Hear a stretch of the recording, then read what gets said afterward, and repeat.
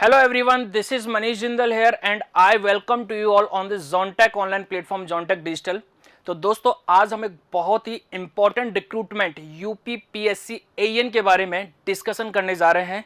तो वीडियो को लास्ट तक जरूर देखिएगा जिससे कि आपसे कोई भी इंपॉर्टेंट इंफॉर्मेशन इस रिक्रूटमेंट के रिगार्डिंग आपसे मिस ना हो। यहाँ पर मैं बहुत ही इंपॉर्टेंट एस्पेक्ट आपसे डिस्कस करने जा रहा हूँ। तो चलिएगा सबसे पहले देखते हैं कि यहाँ पर टोटल नंबर ऑफ वैकेंसीज हैं 271 post for all civil mechanical और इलेक्ट्रिकल इंजीनियर्स के लिए।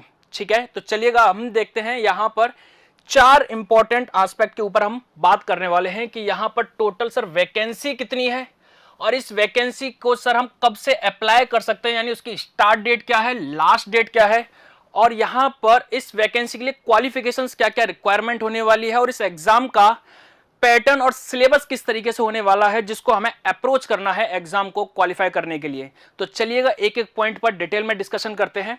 तो सबसे पहले अगर मैं बात करूं वैकेंसी के बारे में तो मैं आपको इस वैकेंसी से पहले थोड़ा बैकड्रॉप में लेके जाऊंगा प्रीवियस ईयर यानी एक साल पुरानी वैकेंसी जो कि है यूपी पीएससी ए 2020 के बारे में। फिर मैं इस वैकेंसी के बारे में थोड़ा आपसे डिटेल में डिस्कशन करूंगा।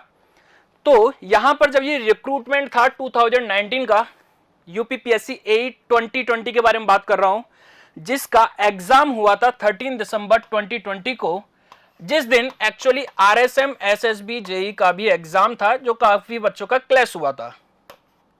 आरएसएम एसएसबी जेई का भी एग्जाम था जो उस दिन क्लैश हुआ था, काफी बच्चे एग्जाम नहीं भी दे पाए थे, जिसका रिजल्ट आया था 27 मार्च 2021 को, यानी मार्च 2021 में जिसका रिजल्ट आया था। और ये जो वैकेंसीज थी 2020 की बात कर रहा हूं मैं, ये वैकेंसीज थी 7112 पोस्ट पर थी सिविल इलेक्ट्रिकल मैकेनिकल के लिए।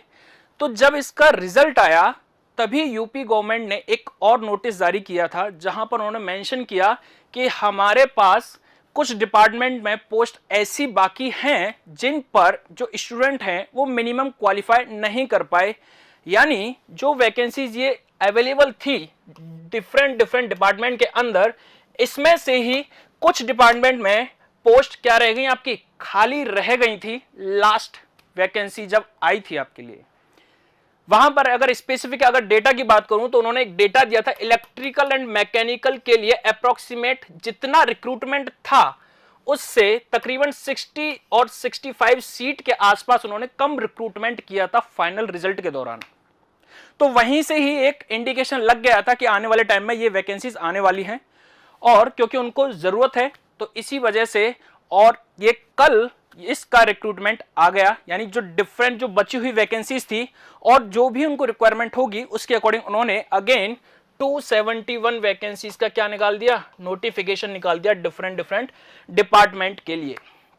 तो ये सबसे पहली बात खुशी की बात है क्योंकि जो स्टूडेंट यहां पर सिलेक्ट नहीं हो पाए थे उनके पास एक और अपॉर्चुनिटी है, और जो फ्रेशर्स हैं उनके पास एक बहुत अच्छी अपॉर्चुनिटी है यूपी पीएससी एई में सिलेक्ट होने के लिए। ठीक है, अब हम बात करते हैं 271 वैकेंसीज का फंडा, यानी जो कल जो रिक्रूटमेंट आया है यूपी पीएससी एई 2021 में, यहां पर टोटल वैकेंसीज हैं 271। अगर मोर स्पेसिफिकली अगर मैं बात करूं सिविल इंजीनियरिंग की, मैकेनिकल इंजीनियरिंग की, इलेक्ट्रिकल इंजीनियरिंग की, तो जो डिपार्टमेंटल वाइज या जो नंबर ऑफ पोस्ट हैं जिन पर सिविल इंजीनियर अप्लाई कर सकते हैं, ध्यान से सुनना, जिन पर सिविल इंजीनियर अप्लाई कर सकते हैं सभी डिपार्टमेंट में, अभी मैं दिखाऊंगा वो आपको पूरा नोटिफिकेशन, तो कितनी है 215 अप्रोक्सीमेशन प्लस 10 अलग हैं, उनके बारे में मैं बात करूंगा। मैकेनिकल की अगर मैं बात करता हूं तो मैकेनिकल की अगर आप देखोगे अलग अलग डिपार्टमेंट के अंदर तो टोटल आप कंबाइन करोगे तो 63 ऐसी पोस्ट हैं जिन पर मैकेनिकल इंजीनियर अप्लाई कर सकते हैं, जिन पर अप्लाई कर सकते हैं। कुछ में केवल मैकेनिकल इंजीनियर ही अप्लाई कर सकते हैं, कुछ में उनका जो कंपटीशन है वो सिविल के साथ भी है एंड इलेक्ट्रिकल के साथ भी है। ठीक है, इसी तरीके से अगर मैं इलेक्ट्रिकल की बात करूं तो 64 पोस्ट वो हैं जिन पर इलेक्ट्रिकल के स्टूडेंट अच्छी तरीके से अप्लाई कर सकते हैं। तो ये सारी कहानी है सर वैकेंसीज के बारे में। तो आपको समझ में आ गया होगा कि वैकेंसीज का बैकड्रॉप क्या था, प्रीवियस ईयर से ये किस तरीके से रिलेटेड है और यहां पर कितनी वैकेंसीज है और कितनों पर आप अप्लाई किस तरीके से कर सकते हैं। अब इसके हम जो मेन जो एडवर्टाइजमेंट है उस पर चलते हैं और वहां पर देखते हैं कि इसकी स्टार्ट और इसका कब हम अप्लाई कर सकते हैं। तो भाई एप्लीकेशन स्टार्ट हो रहा है, कल से हो चुका है 13 तारीख से, और इसकी लास्ट डेट क्या है 13 सितंबर तक है, जहां पर आप अप्लाई कर सकते हैं ऑनलाइन। अगर आप फी का पेमेंट क्या करते हैं बैंक के थ्रू करते हैं तो आपको 3 डेज पहले आपको करना पड़ेगा कंप्लीट। अगर मैं इसके बाद डिपार्टमेंटल वाइज पोस्ट के बारे में बात करूं, ये आप डिटेल इन्फो, ये डिटेल एडवर्टाइजमेंट आपको लिंक में भी गिवन होगा, वहां से आप डाउनलोड कर सकते हैं और पूरा गो थ्रू हो सकते हैं इजीली, ठीक है। अगर मैं डिपार्टमेंटल वाइज वैकेंसी की बात करूं तो आप देख सकते हैं यहां पर डिफरेंट डिपार्टमेंट में, पब्लिक वर्क्स डिपार्टमेंट में सिविल इंजीनियरिंग की 36, तो यहां पर जैसे दूसरे डिपार्टमेंट की अगर मैं बात करूं पब्लिक वर्क्स में ही, तो इलेक्ट्रिकल मैकेनिकल की मिला के 28 है। तो इसका मतलब इस पोस्ट पर इलेक्ट्रिकल के स्टूडेंट भी और मैकेनिकल के स्टूडेंट दोनों क्या कर सकते हैं, अप्लाई कर सकते हैं।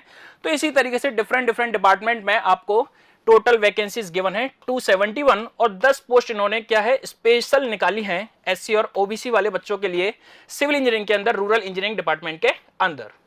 तो यहां पर हमने देखा अभी तक की कहानी के अंदर कि वैकेंसीज कितनी है, स्टार्ट हम कब से कर सकते हैं और लास्ट डेट क्या है। चलिएगा अब हम बात करते हैं इसकी क्वालिफिकेशन आपको क्या क्या चाहिए। तो सबसे पहली बात कि यहां पर एक्सपीरियंस की रिक्वायरमेंट नहीं है, केवल 2 पोस्ट को छोड़कर, केवल 2 पोस्ट को छोड़कर, जो कि यहां पर साफ साफ मेंशन है कि assistant engineer civil ground water department और assistant engineer mechanical ground water department में आपको क्या चाहिए 2 इयर्स का क्या चाहिए एक्सपीरियंस आपको चाहिए रिगार्डिंग उसके, ठीक है। इसके अलावा आपको किसी भी वैकेंसी के अंदर, किसी भी डिपार्टमेंट के अंदर आपको वैकेंसी की एक्सपीरियंस की रिक्वायरमेंट नहीं है।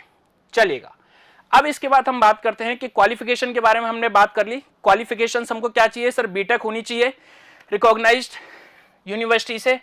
अगर आपको प्रेफरेंस भी आपके लिए पॉसिबल है कि अगर आपने किसी भी टेरिटोरियल से बिलोंग करते हैं, आपके पास एनसीसी सर्टिफिकेट है, तो आप इजीली आपको प्रेफरेंस दिया जा सकता है, लेकिन जरूरी नहीं है आपके पास ये हो ही, ठीक है। तो अब बेसिक एसेंशियल क्वालिफिकेशन क्या है, आपकी इंजीनियरिंग कंप्लीट होनी चाहिए civil electrical mechanical respected college से। चलिएगा इसके बाद हम बात करेंगे पैटर्न और सिलेबस के बारे में। तो अगर मैं बात करता हूं कि पैटर्न की, तो यहां पर आपको 3 स्टेज से गुजरना है, यानी रिटर्न। 3 क्यों बोला, क्योंकि रिटर्न भी आपके क्या होने वाले हैं, 2 एग्जाम्स होंगे, रिटर्न 2 एग्जाम्स, और इसके साथ ही एक आपका क्या है होने वाला है इंटरव्यू एंड इंटरव्यू, ठीक है। अगर मैं टोटल मार्क्स की बात करता हूं तो 375 प्लस 375 मार्क्स के आपके क्या होने वाले हैं, रिटर्न एग्जाम होने वाले हैं, और 100 मार्क्स का आपका इंटरव्यू होने वाला है, और टोटल मिलाकर 850 मार्क्स का आपका क्या होने वाला है, ये एग्जाम होने वाला है। दिमाग में पूरा चिपका लो एग्जाम का पैटर्न किस तरीके से रहने वाला है, क्योंकि उसी के हिसाब से आपकी क्या होनी चाहिए, स्ट्रेटजी डिफाइन होनी चाहिए कि आपको किस तरीके से इस एग्जाम को क्रैक करना है। अगर इसमें भी मैं स्पेसिफिकली डिफाइन करूं तो 375 में से 25 into 3 हिंदी प्लस पेपर 1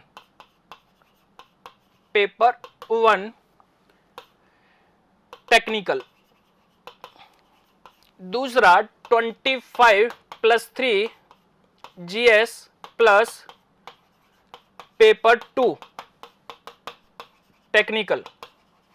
कहने का मतलब है 25 यानी 75 मार्क्स प्लस 300 मार्क्स जो टेक्निकल, यानी 100 क्वेश्चंस आपके पास आने वाले हैं, ईच क्वेश्चन 3 मार्क्स, ठीक है। इसी तरीके से 25 क्वेश्चंस आपको हिंदी के देखने को मिलेंगे, 25 क्वेश्चन आपको जनरल साइंस के आपको देखने को मिलेंगे, एंड अगेन 100 क्वेश्चंस आपको पेपर 2 टेक्निकल रेस्पेक्टिव ट्रेड के आपको देखने को मिलने वाले हैं, और टोटल मिला के 750 का आपका रिटर्न एग्जाम होगा, और उसके अलावा 100 मार्क्स का इंटरव्यू मिला के जो आपके फाइनल कट ऑफ आपके 850 में से निकलने वाली है, ठीक है। अगर मैं इसके पे स्केल के बारे में बात करूं तो पे स्केल को हम देखेंगे कि यहां पर 5400 ग्रेड पे है इसका, तो वहां पर तो आपको कोई दिक्कत लेने की जरूरत ही नहीं है।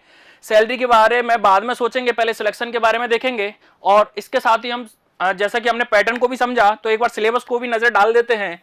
तो अगर आप सिलेबस को देखोगे तो यहां पर ये आपको पूरा डिटेल गिवन है। देखिए भाई, सिविल इंजीनियरिंग के लिए सब्जेक्ट आपको डिफाइन है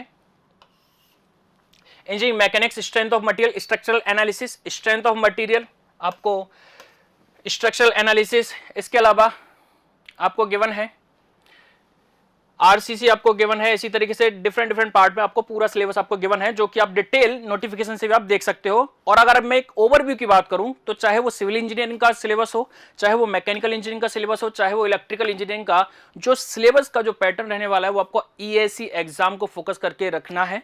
तो आपके लिए ये जो एग्जाम होने वाला है तो इसकी जो प्रिपरेशन होनी चाहिए वो इंजीनियरिंग सर्विसेज लेवल का पेपर आपको देखने को मिलेगा, तो उसी तरीके की प्रिपरेशन आपको करनी है भाई। ठीक है, इतनी बात दिमाग में क्लियर हो चुकी है कि हम सिलेबस देख चुके हैं और एग्जाम पैटर्न देख चुके हैं, वैकेंसी क्या है सर हमारी वो बात कर चुके हैं। अब हम बात करेंगे इसके साथ ही अगर आपको और भी कोई भी डिटेल जानकारी चाहिए तो उसके लिए आप जॉनटेक को कांटेक्ट कर सकते हैं, वेबसाइट पर जाकर चेक कर सकते हैं, आप इन सोशल मीडिया के थ्रू व्हाट्सएप कर सकते हैं, टेलीग्राम ग्रुप जरूर ज्वाइन कर लीजिएगा जिससे कि कोई भी इंपॉर्टेंट इंफॉर्मेशन आपसे मिस ना हो। और कमेंट में बताइएगा कि अगर आप चाहते हैं कि हर ब्रांच के अकॉर्डिंग अगर आपको सिलेबस की इंडिविजुअल स्ट्रेटजी अगर आपको जाननी है कि किस तरीके से प्रोसेस करना है, उसके ऊपर अगर आपको डिटेल वीडियो अगर आपको चाहिए तो कमेंट में जरूर मेंशन कीजिएगा। इसके साथ ही यूपीपीएससी एई के कौन कौन से ऑनलाइन आपके लिए पैकेज अवेलेबल हैं उसकी पूरी जानकारी आपको जॉनटेक के एप्लीकेशन पर आपको इजीली मिल जाएगी। तो आप जॉनटेक का एप्लीकेशन डाउनलोड करें और वहां से कौन कौन से पैकेज अवेलेबल हैं उन पर आप जाके देखें। और भी अगर आपको डिटेल में जानकारी चाहिए तो इन कॉन्टैक्ट नंबर पर आप कॉन्टैक्ट करके पूरी जानकारी ले सकते हैं इस पैकेज के रिगार्डिंग। और मिलते हैं बहुत जल्दी नेक्स्ट वीडियो के साथ। Thank you guys, thanks a lot.